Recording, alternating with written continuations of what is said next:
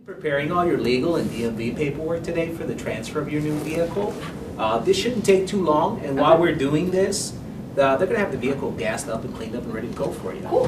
Before we get started, let me congratulate you on your purchase. You got a great car. I am interested in those two things, but the first one that you presented, Sure. I mean, my car never breaks down, so I don't know if I see the value in that. Well, absolutely, absolutely. I understand. We buy Hondas for a reason.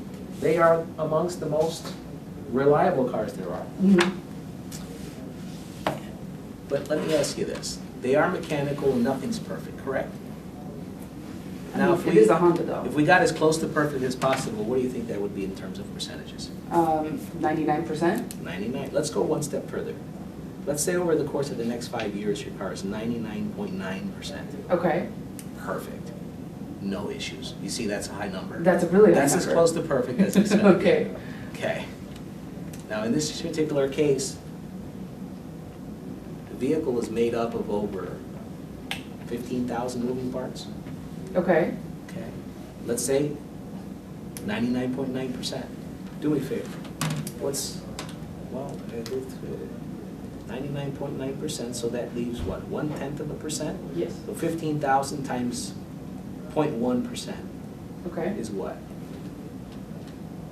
Times 15,000? Yeah, It's 15. 15. Let's say half of these parts potentially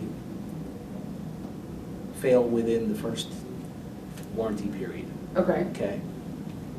Let's say what's half of 15 is 7. 7.5. Let's call it 8. Okay. Are covered by the original manufacturer's warranty. That leaves 7 parts, right? Yeah. 7 parts that could potentially fail.